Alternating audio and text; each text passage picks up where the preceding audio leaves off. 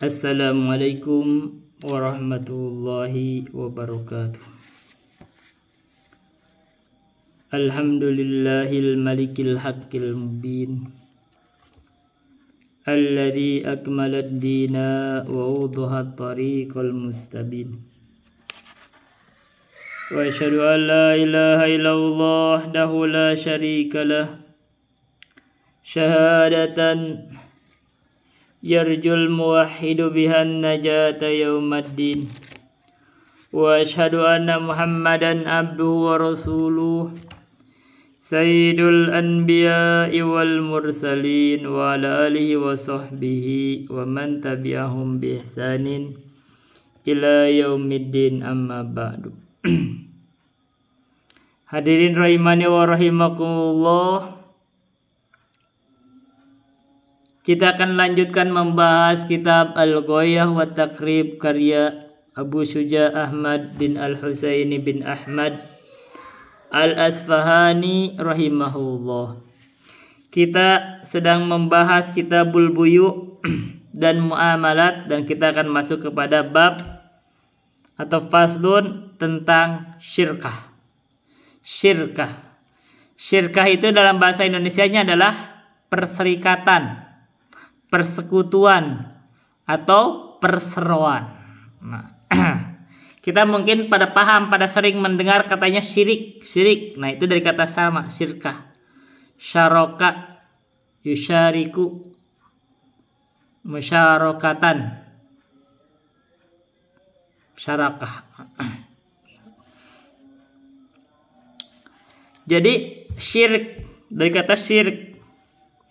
Kalau kita tahu istilah di dalam tauhid, kita sambungkan sedikit ya.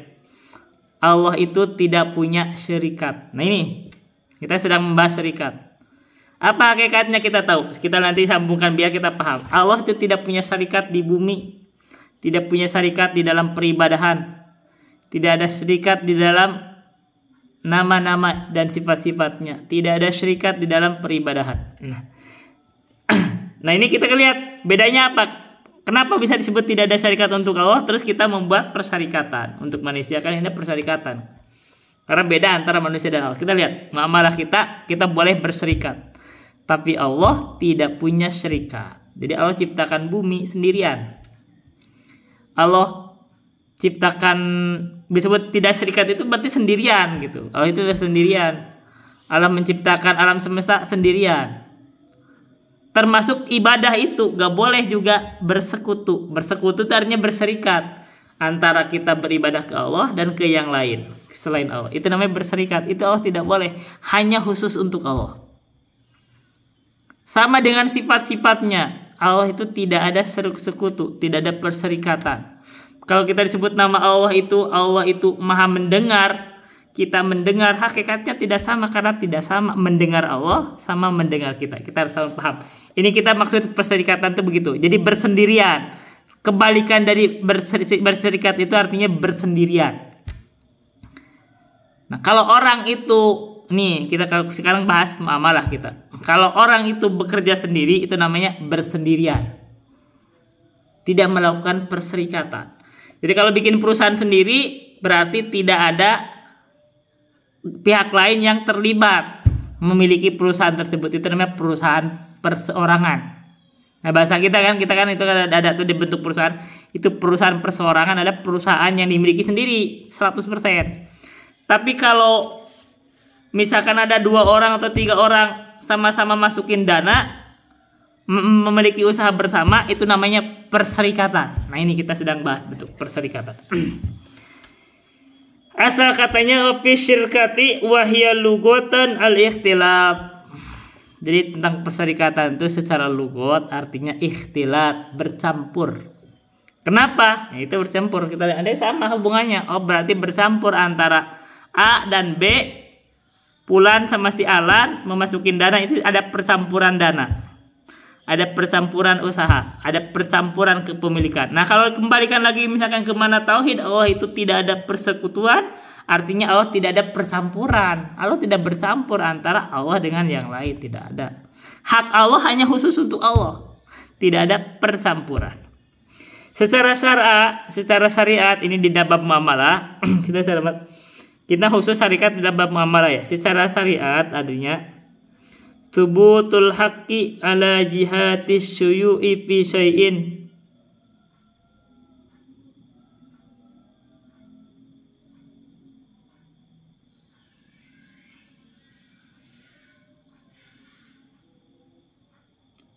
Wahidun lisnaini fa'aktsar. Tetapnya hak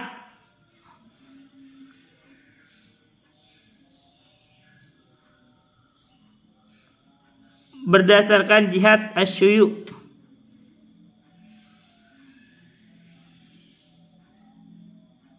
Fisai'in di dalam sesuatu. Wahidin lisnaini satu yang satu untuk yang duanya atau lebih. Simpelnya tadi begitu. Simpelnya adalah adanya perserikatan hak di dalam sesuatu. Misalkan memiliki satu barang yang sama.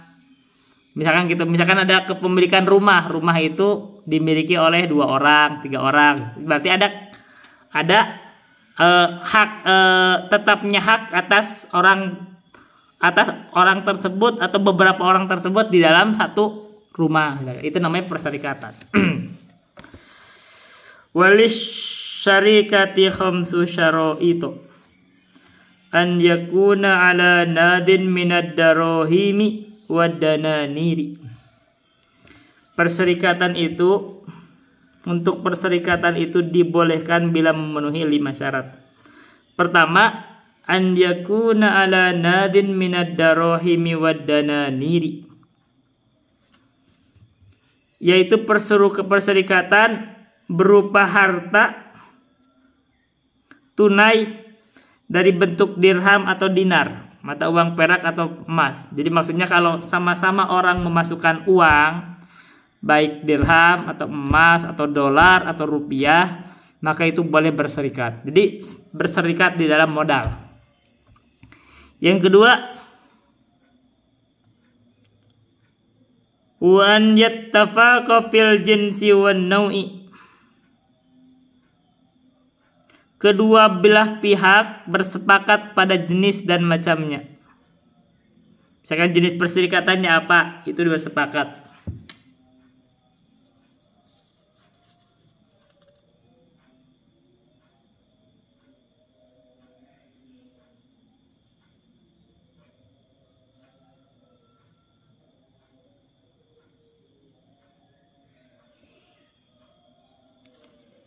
Jenis dan macamnya. Misalkan apakah ada usaha atau apa, usaha berserikat dalam hal apa. Yang ketiga, wan yakhlito al malaini. Mereka itu mencampur 2 hartanya atau 3 orangnya. Dicampur hartanya itu, kalau berserikat itu harta itu digabungin, bukan dipisah-pisah. Makanya mana perserikatan tadi ada percampuran. Yang keempat, wan ya'dana kullu wahidin minhuma li sahibihi fit tasarrufi. Kalau berserikat misalkan sama-sama mau mengizinkan usaha, bareng-bareng usaha, maka setiap orang mengizinkan sahabatnya atau temannya itu bertindak atau bertransaksi. Karena kan milik bersama, jadi boleh pihak yang lain itu bertransaksi untuk bersama, boleh. Ini sama dengan firma gitu. Karena itu firma pun bentuk perserikatan. Jadi kalau di kita itu bentuk perserikatan ada bentuk firma, ada bentuk CV, ada bentuk PT, tapi itu masuk di dalam kategori perserikatan semua. Nah, sebenarnya di kita itu dibedakan tuh, kalau PT itu perseroan terbatas itu lebih khusus. Tapi itu sebenarnya bagian dari perserikatan. Kalau dalam konteks agama, mau firma, mau CV, mau PT itu sama bentuk perserikatan. Wan yakuna ar-ribhu wal khusranu ala qadril malaini. Yang kelima, untung dan rugi itu berdasarkan kadar hartanya. Jadi kalau perserikatan misalkan berserikat dalam harta, misalkan ada 2 orang berserikat, satu orang masukin 7 juta, satu orang masukin 3 juta. Berarti untungnya yang orang yang pertama 70%, orang yang kedua 30%. Tapi kalau rugi, yang pertama 70%, yang kedua 30%, sama. Berarti antara untung dan rugi sama itu persentasenya. Walikulli wahidin minhuma fashuha mata sya'a wa mata ahaduhuma batalat. Dan bagi setiap orang dari keduanya boleh membatalkan perserikatan. Nah, kalau di bentuk ini yang lebih cocok ini adalah bentuk firma. Jadi begitu salah satu pengen keluar, itu boleh. Wa mata ahaduhuma batalat. Bila mana salah satunya meninggal, maka batal perserikatan. Biasanya kalau pengacara itu kan ada tuh firma tuh. Biasa kalau di salah satu meninggal sudah berarti bubar, karena kan itu ada perserikatan. Kalau di pengacara itu kan misalkan pengacara yang paling terkenal itu adalah dia perserikatan ilmu juga dan keahlian serta modal pasti karena membangun kantor segala macam. Jadi kalau salah satu meninggal bubar itu perserikatan. Itunya firma. Tapi firma ada bentuk dari perserikatan sama. Ada CV, ada PT. Tapi kalau PT di kita kan kalau misalkan salah satu meninggal kan bisa diwariskan karena itu hanya terkait sama modal. Begitu. Kalau firma batal. Sekarang paslon kita ngebahas tentang wakalah. Wakalah apa? Wakalah perwakilan. Wakalah itu adalah perwakilan, mewakilkan. Tentang hukum wakalah. Jadi kita boleh mewakilkan. Baik fathah wau atau dibaca kasrah wikalah boleh, bisa wakalah boleh. Secara logat adalah at-tafwid, menyerahkan.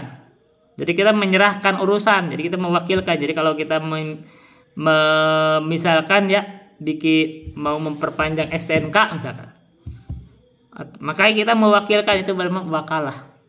Menyerahkan urusan kepada orang lain untuk kita, itu boleh.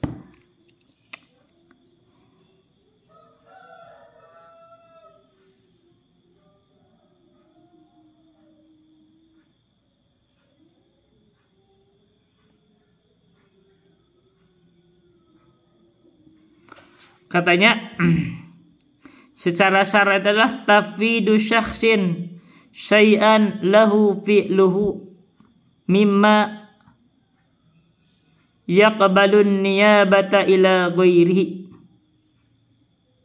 liyaf'alahu hal hayatihi. Katanya kalau secara syariat itu adalah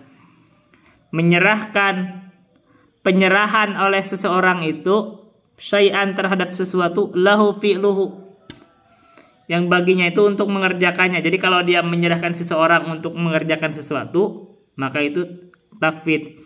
Mimma yaqbalun niyabata dari perkara yang membolehkan untuk diganti ila ghairihi kepada orang lain. Liyaf'alahu hala hayatihi, supaya dia mengerjakannya ketika hidupnya. Jadi wakalah itu ada yang boleh diwakilkan. Seperti misalkan mewakilkan untuk tadi memperpanjang STNK.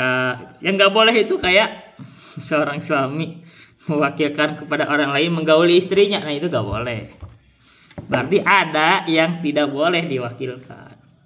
Dia harus ainudat oleh dirinya sendiri yang mengerjakan, nggak bisa diwakilkan. Contoh. Ada yang bisa dibolehkan, ada yang tidak boleh. Wa kharaja bihadzal qaidi al-isa'u.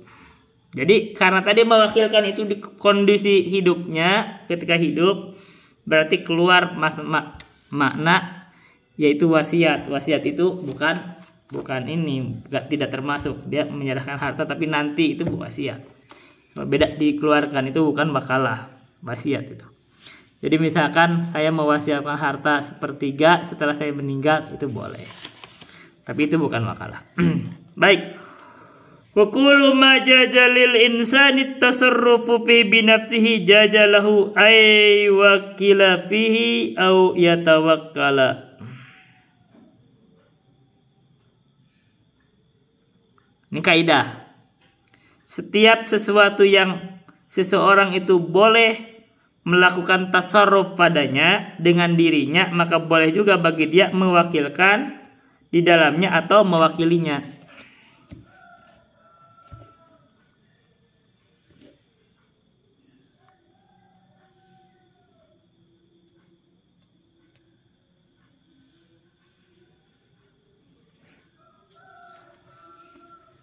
Mewakilinya atau mewakilkannya. Jadi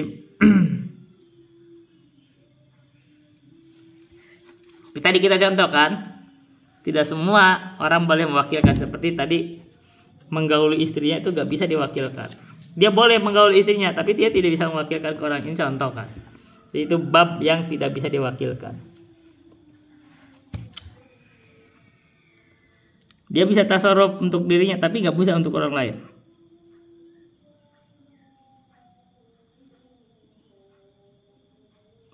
Jadi ada sesuatu yang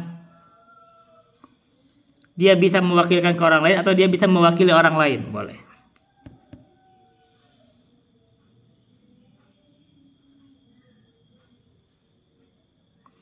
Karena itu fala yasihu at-tawqilu fi ibadati badaniyatin illal hajj. Maka tidak bisa mewakilkan di dalam ibadah badaniyah seperti sholat. Nggak bisa, kecuali haji. Jadi haji mah boleh itu untuk diwakilkan, atau haji badal boleh. Tapi kalau kayak sholat itu nggak bisa.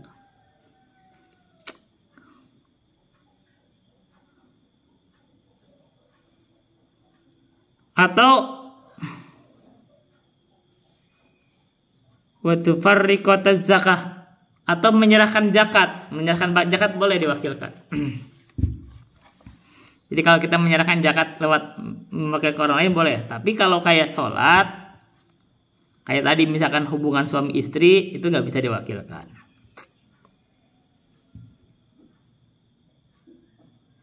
Wal wakalatu aqdun jaizun. Wal wakalatu aqdun jaizun. Wakalah itu adalah akad yang jaiz, yang boleh. Walikulli wahidin minhuma fashuha mata syaa. Setiap orang yang mewakilkan dan mewakili, itu bakal macam gitu aja, mewakilkan dan mewakili itu boleh membatalkan wakalah, itu boleh kapan saja mau. Wa tanfasihu bi mauti ahadihima, dan wakalah itu batal atau selesai dengan maut, dengan kematian salah satunya. Jadi ada transaksi kayak wakalah ini, itu berhenti begitu salah satunya meninggal. Seperti kemarin nih, adik itu mau nikah, ada mewakilkan ke Palbe untuk mengurus ke kecamatan atau ke KUA, ternyata Palbe-nya meninggal, jadi batal wakalahnya. Begitu. Wal wakilu aminun fima yakbiduhu wa fima yusrifuhu wa la yadmanu illa bitafridi. Orang yang mewakili itu, wakil, namanya wakil, itu adalah aminun, orang yang terpercaya. Fima yakbiduhu wa fima yasrifuhu, dalam hal yang dia pegang dan dalam hal yang dia transaksi. Jadi kalau orang yang mewakili itu, dia itu harus punya amanah. Ketika dia amanah memegang atau menyimpan, amanah melakukan, itu dia harus amanah sesuai dengan kepentingan yang kita wakili. Bukan kepentingan diri sendiri, itu harus akalnya itu mewakili dia. Wala yadmanu illa bitafriti, dia tidak menanggung kerugian kecuali dia ada tafrit, ada lebih melampaui batas. Jadi kalau dia sudah melakukan wakil, ternyata ada sesuatu yang terjadi, risiko misalkan, itu tidak menanggung karena dia sudah diizinkan mewakili. Karena ada kaidah satu, wa kullu ma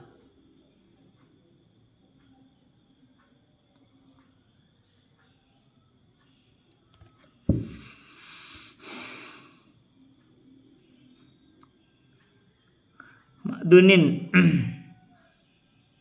Gitu. Di setiap yang diizinkan itu tidak ada teman. Apa dalam kaidah asli dia ada tuh. Jadi setiap yang diizinkan tidak ada teman. Ini diizinkan kan mewakili. Wala yajuzu ayyabi'a wa yashtariya illa bi thalathati syara'it. Wakil itu tidak boleh menjual dan membeli kecuali dengan 3 syarat. An yabi'a bimatha'i thamanil misli, dia membelinya atau dia menjualnya dengan harga yang semisal. Wan yakuna binaqdil baladi, dia menjualnya dengan naqdil baladi, itu artinya dengan mata uang negaranya. Jadi kalau di Indonesia itu dengan rupiah. Itu maksudnya. Naqdil baladi itu artinya itu dengan mata uang di negaranya. Wala yajuzu an yabi'a min nafsihi, dan dia tidak boleh bertransaksi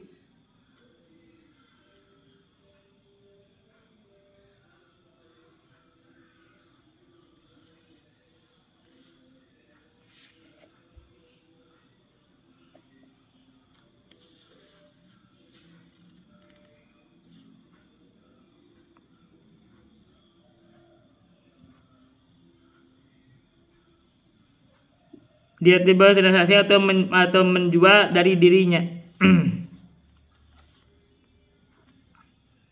Jadi begitu. Jadi kalau dia melakukan wakil itu mau menjual barang atau membelikan barang untuk yang dia wakili, syaratnya itu dia harus menjualnya dengan harga yang semisalnya. Jadi kalau misalkan kita mau menjualkan kambing gitu. Kambing itu harga semisal itu udah ketahuan, itu harganya 2,5 juta atau 4 juta. Itu kita ketahuan. Jadi kalau dia menjual kambing yang normalnya harga 2 juta dijual 500.000, ya itu namanya agak amanah. Terus wan yakuna binaqdil baladi, dan dia itu menjualnya itu tunai dengan mata uang di negerinya, jadi dengan rupiah. Ya, menjualnya itu dibayar dengan mentimun, itu nggak benar, itu namanya. Bingung nanti. Barter dengan mentimun misalnya, benar. Wala yajuzu an yabi'a min nafsihi, dia tidak boleh menjualnya itu dari kehendak dirinya sendiri, asal maunya dia sendiri, nggak boleh. Wala yukiru ala muwakkilihi illa biidnihi,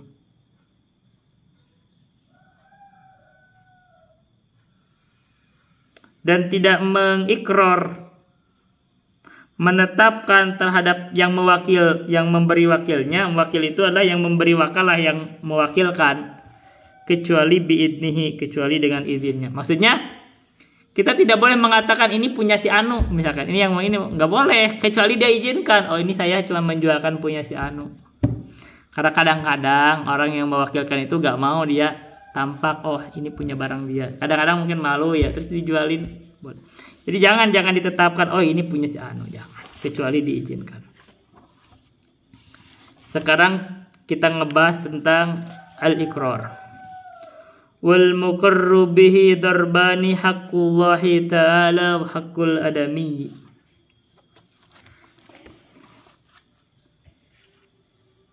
Wal muqarru bihi, kita hukum ikrar, mengikrar.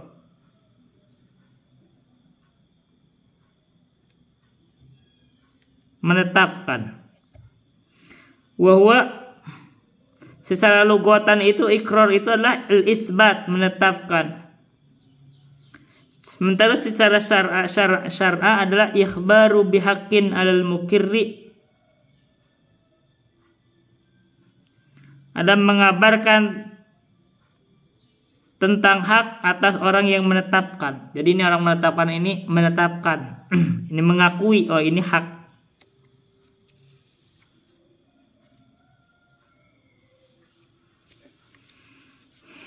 Jadi mengakui ini hak saya, misalkan ini punya saya. Jadi mengakui gitu, misalkan ini barang punya siapa? Punya saya, itu ikrar.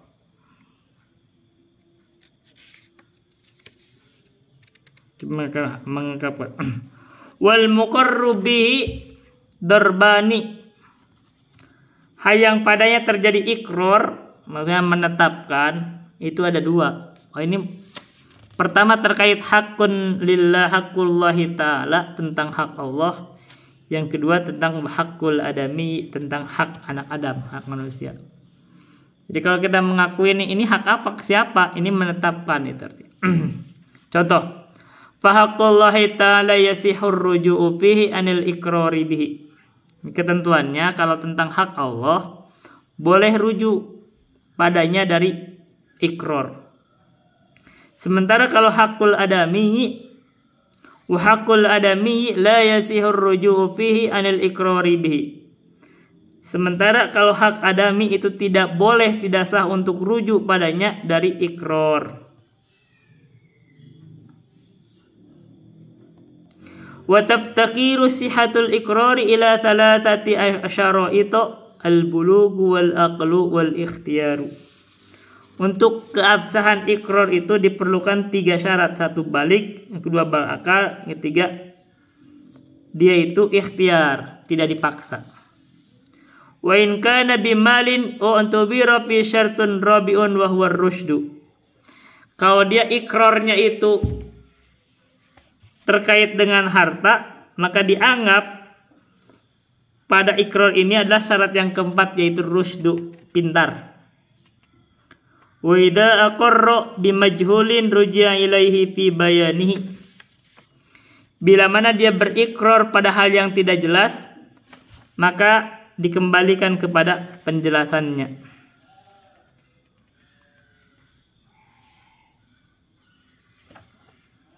Wa yasihul istisna'u fil ikrari idza wasalahu bihi.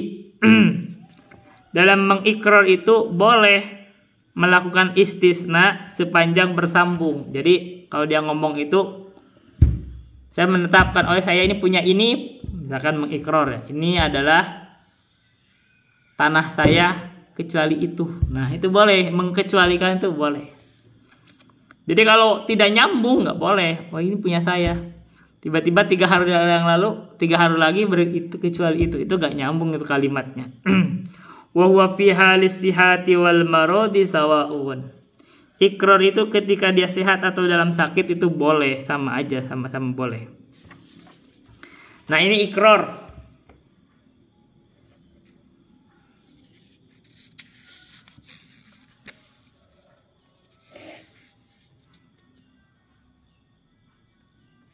Jadi kalau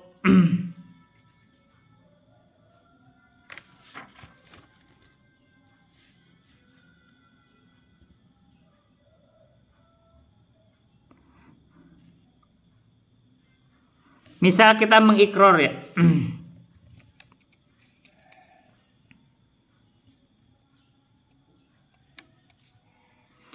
seseorang itu ketika sakit dia mengakui saya ini punya hutang 10 juta misalkan ya.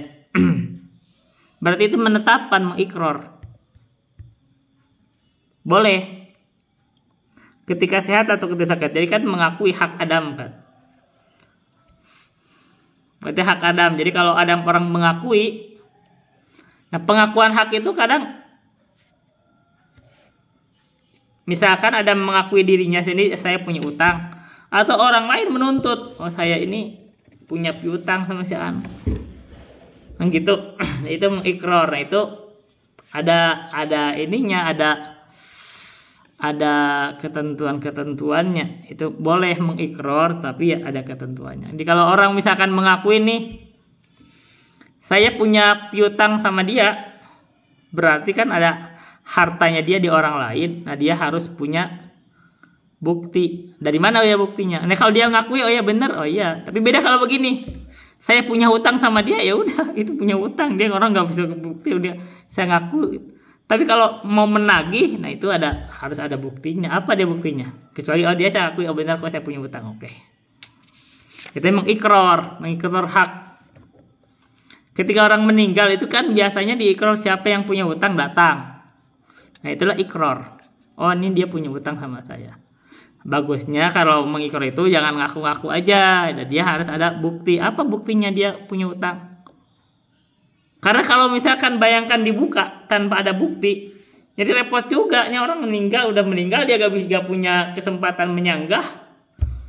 Terus datang semua ya habis semua bisa mengambil hak hartanya. Kalau misalkan, nah itu makanya di dalam syariat itu begitu. Orang itu kalau dia menuntut dia harus datangkan bukti. Nah begitu. Kalau misalkan saya mengikrar saya punya harta dia nih, punya harta saya di dia, apa buktinya? Dengan akad apa? Nah gitu.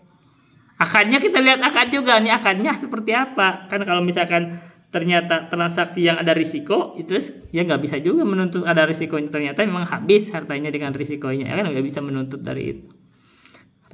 Baik begitu.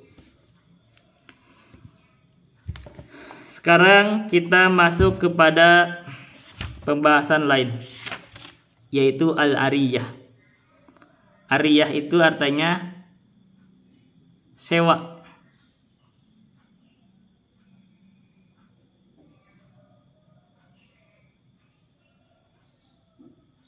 Al-ariyah wa kullu ma amkana al-intifa'u bihi ma'a baqai aini jajat i'aratuhu idza kanat manafi'uhu atharun. Jadi ariyah itulah sewa.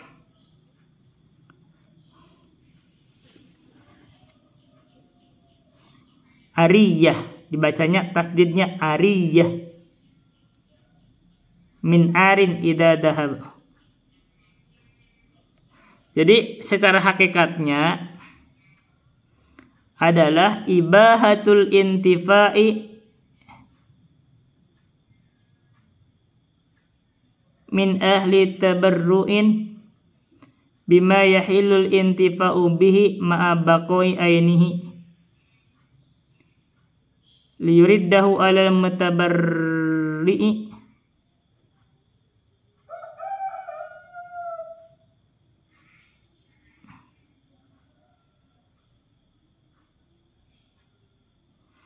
begitu. Jadi bolehnya memanfaatkan. Jadi sesuatu itu boleh dimanfaatkan min ahli tabarru'in bima yahilul intifa'u bi ma baqai ainihi. Dari orang yang baik gitu. Dengan hal yang bolehnya memanfaatkan barang tersebut disertai tetapnya barang tersebut. Jadi gitu, barang itu tidak hilang, tapi hanya memanfaatkannya, itu namanya ariyah. Kita baca, wa kullu ma amkana al-intifa'u bihi ma baqai ainihi jazat i'aratuhu idza kanat manafi'uhu atharan. Setiap barang yang mungkin dimanfaatkan tanpa mempengaruhi keutuhan zatnya, boleh dipinjamkan. Di ariyah itu dipinjamkan, meminjamkan.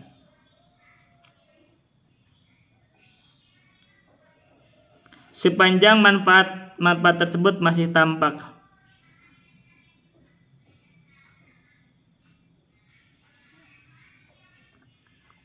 Jadi ini ariyah itu adalah peminjaman. Oh ya, ini tadi saya sebut apa?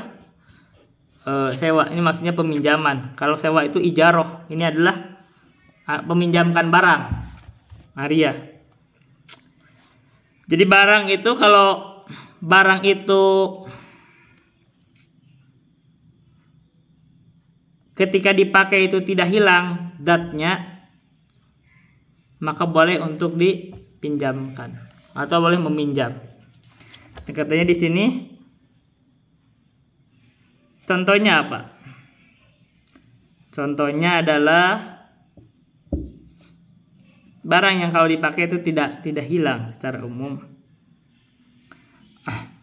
Buku misalkan, buku kan nggak hilang kan, orang boleh pinjam buku boleh kan.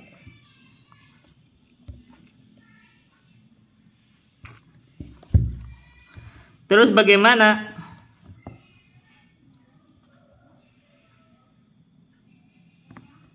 wa tajujul ariyatu mutlaqan muqayyadatan bimuddatin. Ariyah ini, peminjaman ini boleh dilakukan secara mutlak atau terikat pada waktu. Misalkan saya pinjam tadi buku ya, mau dibaca pasti kan. Boleh disebutkan saya pinjamnya 3 hari, boleh. Ariyah itu wahya madmunatun alal musta'iri biqimatiha yauma talafiha. Ditanggung domannya atau tanggung jawabnya oleh peminjamnya sesuai dengan harga saat terjadi kerugian. Misal kalau orang meminjam sesuatu ternyata barangnya rusak, nah itu ditanggung harganya. Oh, berapa harganya? Itu ariyah. Ariyah itu adalah meminjamkan barang. Sekarang pasal tentang gosab, menggasab. Waman gosaba malan li ahadin lazimahu radduhu wa arsyu naqsihi wa ujratu mithlihi. Jadi menggasab.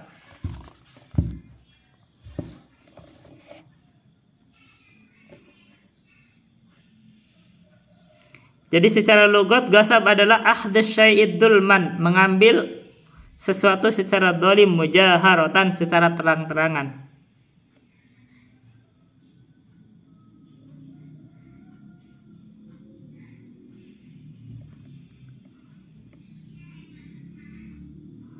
Secara istilah adalah al-istila'u ala haqqil ghairi udwanan. Al-istilah itu menguasai terhadap hak orang lain secara udwanan, secara tanpa ada keridhaan, gitu.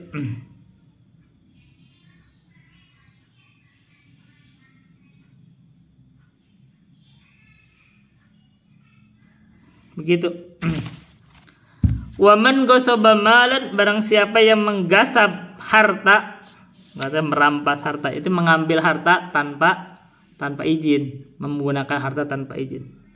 Lazimahu radduhu, maka dia wajib mengembalikannya. Jadi harta yang digasab itu kalau kita pakai harta orang lain tanpa kita izin, wajib kembalikan.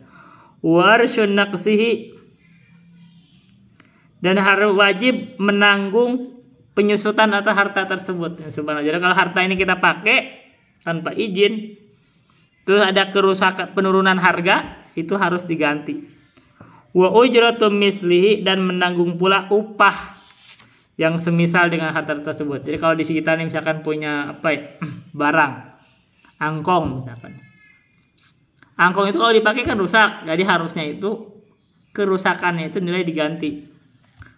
Dan dibayar juga sewanya. Fa in talifa dhaminahu bimithlihi in kana lahu mithlun. Bagaimana kalau barang tersebut rusak? Atau ya rusak. Maka bila mana barang tersebut rusak, dhaminahu bimithlihi, maka dia membayar doman dengan yang semisalnya. In kana lahu mithlun, kalau ada yang semisalnya. Jadi kalau dia ada rusak ya diganti. Au biqimatihi in lam yakun lahum mithlun. Aktsara makanat min yaumil ghasbi ila yaumit tilafi.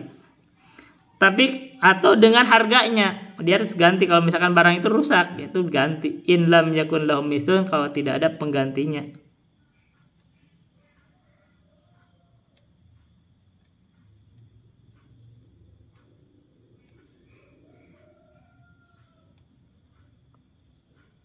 Jadi dengan harganya dia kalau tidak ada musuhnya dibayar dengan harganya. Aktsaro makanat min yaumil ghusli ila yaumit tilafi.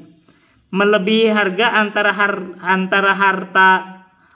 harga di hari pengambilan itu perampasan hingga hari perugian.